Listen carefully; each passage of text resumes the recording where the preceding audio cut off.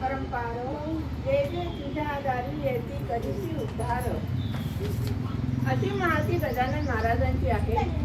आज आपण इथे कृष्णाई भजनी मंडळातर्फे गजानन महाराजांचा प्रकट दिवस साजरा करीत आहोत. गजानन महाराज हे विदर्भाचे फार मोठे संत होऊन गेलेले आहेत. संत हेच भूमीवर चालते बोलते परमेश्वर, वैराग्याचे सागर दाते मोक्षपदाचे. संत हे परमेश्वर आणि भक्त यामध्ये दुवा आहेत. आपल्या भारत देशामध्ये संतांची फार मोठी परंपरा आहे. त्यांच्यापैकी आधुनिक काळातील संत श्री गजानन महाराज. शेगाव सरोवरी गजानन कमल उदयास आले, शेगाव खाणीचा हिरा गजानन होय साचा. 23 फेब्रुवारी म्हणजे आता 23 फेब्रुवारी 1878 रोजी माघ मध्य सप्तमी दिनी श्री गजानन महाराज अचानक प्रकट झाले. देवीदास पातुरकरांच्या घरासमोर एका झाडाखाली पत्रावळीवरील चिथे वेचून खात होते. पंकजलाल अग्रवाल आणि दामोदरपंत कुलकर्णी यांनी त्या अवलियाला पाहिले. हा कोणीतरी योगी दिसतोय, सिद्ध पुरुष दिसतो आहे. आणि पुढे ते खरेही झाले. केवळ 32 वर्षाच्या कार्यकाळात त्यांनी अनेक चमत्कार आणि लीला दाखवल्या. महाराजांनी केलेल्या विविध लीला ही दासवडू महाराजांनी श्री गजानन विजय ग्रंथामध्ये वर्णन केले आहे. आपण सर्वांनी ते वाचलेले आहे. सर्वांना बहुतेक माहीत आहे.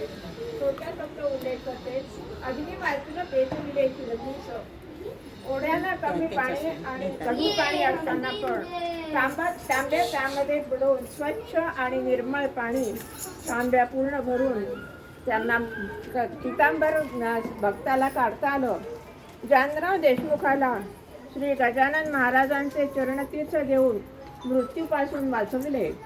संत मृत्यू न टाळीती, निसर्गाप्रमाणे वाढविती, परी संकटाचे वारीती आगंतुक असल्यास ते. संत भूमीवर अवघ्यांचे रक्षण करीती, पण आपली निष्ठा पाहिजे. गजानन महाराजांची टिंगल करणाऱ्याला पण त्यांनी शिक्षा दिली. भवानीराम सोनाराने ते गजानन महाराजांची योग्यता जाणली नव्हती. त्याला वेडापिसा म्हटले. त्यालाही त्याची शिक्षा मिळाली. ही कल्पतरुची आणि चिंतामणीची महती त्यालाही कळली. अशा कितीतरी कथा गजानन चरित्रामध्ये आहेत. महाराजांनी जात पात धर्म या पलीकडे जाऊन माणसाला माणुसकी आणि भक्ती शिकवली. कर्मयोग म्हणजे निष्काम कर्म करणे हे त्यांच्या उपदेशाचे सार होते. गणगण गणात होते हे त्यांचे आवडते भजन आहे. म्हणून त्यांना शेगावचे योगी म्हणून ओळखले जाते.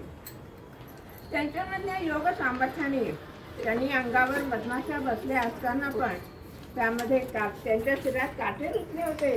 त्या माशांना त्यांनी उडवून लावले. उसाची मोळी हाताने पिळून त्याचा रस काढून पाटील मंडळींना दिला. 8 सप्टेंबर 1910 रोजी त्यांनी समाधी घेतली. समाधी घेतल्यावरही अनेक जणांना त्यांचे चांगले अनुभव आले. निष्काम कर्मयोगी म्हणजे मंदिराचे विश्वस्त शिवशंकर भाऊ पाटील यांनी त्यांची अगदी मनापासून सेवा केली. त्यांचे सध्याचे तिथे जागते उदाहरण म्हणजे सध्या शेगाव मंदिराची व्यवस्था. कोणती मॅनेजमेंटची डिग्री नाही, अनुभव नाही, पण केवळ त्याग आणि महाराजांबद्दल असलेली अतूट श्रद्धा यामुळे शेगावचे श्री गजानन महाराज मंदिर केवळ महाराष्ट्रातच नव्हे तर भारतातच नव्हे तर आंतरराष्ट्रीय पातळीवर पण व्यवस्थापनेचा मॅनेजमेंटचा योग्य नमुना, आदर्श नमुना म्हणून ओळखलं जातं. दर्शनाची सोय, महाप्रसादाची व्यवस्था, भक्तांना मिळणाऱ्या सोयी सुविधा हे सर्व महाराजांबद्दल भक्तांना असलेली अपार माया यातूनच घडले. संत श्री गजानन महाराजांचा आज प्रकट दिवस आहे. आपणही आज त्यांची भजने म्हणूया आणि त्यांच्या भक्तिमराच्यामध्ये दुमदुम जाऊया. धन्यवाद.